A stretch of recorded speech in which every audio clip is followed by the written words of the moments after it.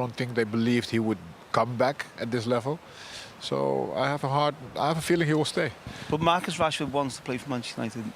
Yeah, 100. He's a Manchester lad, Manchester United fan, and I think just over the last couple of years or 18 months or so, it's been difficult. So does he want to play for Ruben Amorim? No, I'm not saying that's the case, but he needed to play, and it was clear that he weren't going to play the rest of the season. I think we could all see that. So you think it's just... What's going to change next year? That's the question. Yeah, but he's clearly shown. Sometimes you have to keep banging on that manager's door. You have to keep knocking the door and saying, listen, and put the manager in a position where he cannot leave you out. Marcus Rashford, in the ideal world, will want to play and leave a legacy at Manchester United.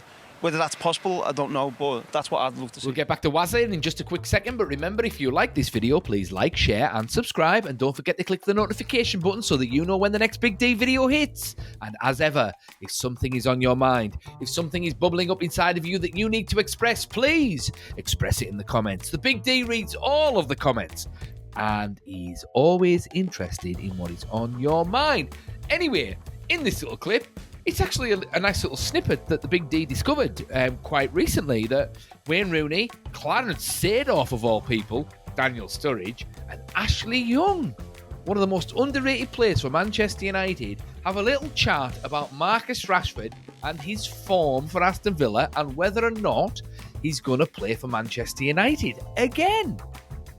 And yeah, there's some eyebrow-raising comments on this one, but anyway, you have a look. If you've got anything to say, stick it in the comments. Stick around for after the clip because the Big D is going to be giving his thoughts on this situation. Here they are.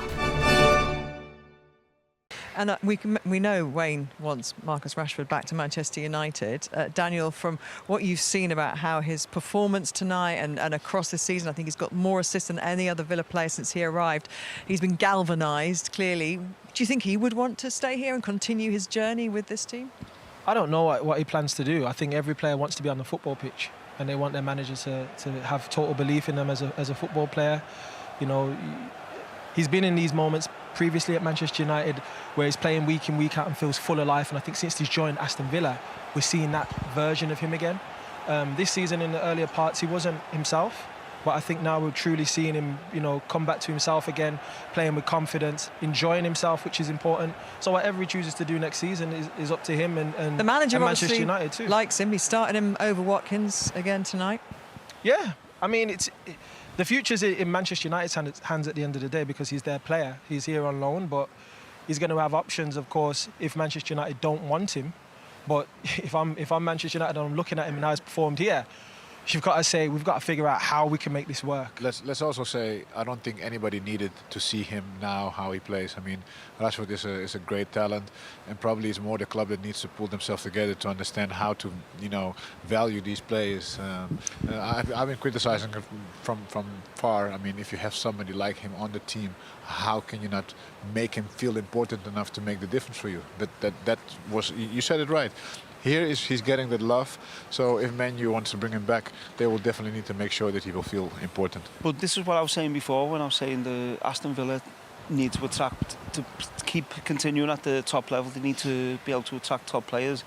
And Marcus Rashford has clearly felt that he's got better chance of winning trophies and performing better at Aston Villa than he has at Manchester United, which is a worry for Manchester United, but from Aston Villa's point of view, I think that's a positive sign. From Marcus's point of view, as I said before, you know, I really would want to see him like he was tonight, running around, you know, terrorising defenders, getting shots off, being a nuisance. Showed all his qualities tonight, especially in the second half. So, yeah, I think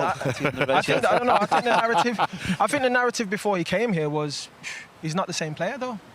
That was the narrative. He's proven everyone wrong. We have to give him credit. There was a big narrative out there that Marcus Rashford is not the same player, and Ruben Amorim is correct about everything about the player. But Marcus Rashford has come here and he's shown everybody once again, this is who I am, this is how I play, this is what I can bring to the table. And I think as a football player who sometimes when managers don't fancy her, it's down to you to show the manager, look, I'm good enough, this is what I can do. You've got to understand from the player's perspective, obviously we've all played the game, but sometimes as a player, you're not going to get the love from the manager, and on other times you say, okay, I'm either going to go on loan or I'm going to fight to get my spot and do what the manager wants me to do. And he's chose to come here, and it's worked out for him. Sometimes you can make these decisions and it goes the other way, and it doesn't work out for you, and then people question you even more. Manchester United don't want you, and then things go really bad. But I'm really proud of him that he's come here and he's shown everybody once again what he's all about, and he's done that. I'm proud of him. Actually, you've spoken to him in those moments when he was making the decision about where he would go, and I know that you really are thrilled that he's managed to turn it around here. Do you see him going back to United? It's like what Daniel said. He's only on loan here. Man United could get him back, could let him go again. It's down to obviously the manager and the owners there. I think in Marcus's head, he just wants to play football. When you've come on loan, you've done so well, and you've been given love by a manager. You know, you've tasted Champions League football. You're in a semi-final of FA Cup. You know, you're trying to get the club up back into the Champions League place in the league. You know, your confidence starts to come back as well, and you're enjoying your time here. Maybe he might be pushing to get to a club like Aston Villa, seeing where Unai Emery's vision is, seeing the owner's vision, to try and say to Man United, let me go and play, let me restart, let me have a reboot, which is what I think that he needed, why he come here on loan, to then go again. It will be down to, obviously, Man United whether they make that decision to let him go or not. But like you say, as a player, maybe he might be looking to come here. Yeah, I don't know how much is up to Man United, honestly speaking, because if a player doesn't want to come back, why would you bring him back? So I think that Man United took a big risk to let him go in the first hand. I don't think they believed he would come back at this level. So I have a feeling he will stay. But Marcus Rashford wants to play for Manchester United. Yeah, 100. He's a Manchester lad, Manchester United fan, of course. And I think just over the last couple of years or 18 months or so, it's been difficult. So does he want to play for Ruben Amorim? No, I'm not saying that's the case, but he needed to play, and it was clear that he weren't going to play the rest of the season. I think we could all see that. So you think it's just... What's going to change next year? That's the question. Yeah, but he's clearly shown. Sometimes you have to keep banging on that manager's door. You have to keep knocking the door and saying, listen, and put the manager in a position where he cannot leave you out. Marcus Rashford, in the ideal world, will want to play and leave a legacy at Manchester United. Whether that's possible, I don't know, but that's what I'd love to see. I don't know. I think Clarence Seedorf and Daniel Sturridge, I think they must be drunk. Some of the stuff that they're coming out with there, I mean, I don't know, if they're not drunk, they've banged their head or something like that, because, you know, they're making it sound like Marcus Rashford, he's tearing things up at Aston Villa. You'd think he'd be bagging in hat-tricks every weekend.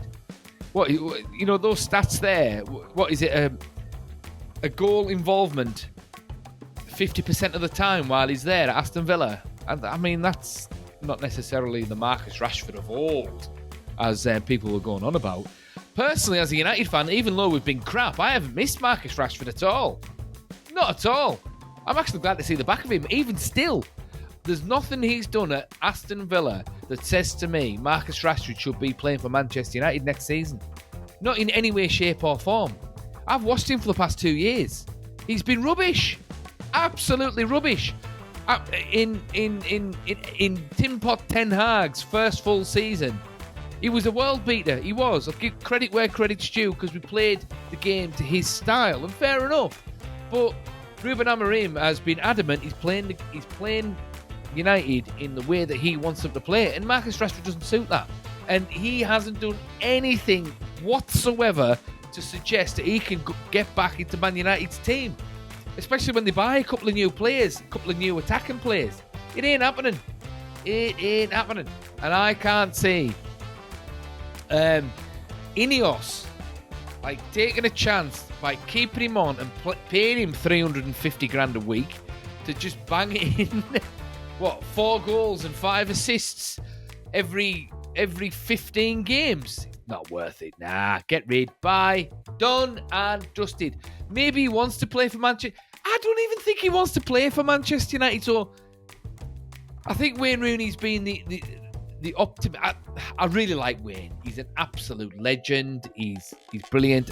I respect his opinion. All of that. Whether I agree with him or not, I really, really like Wayne Rooney.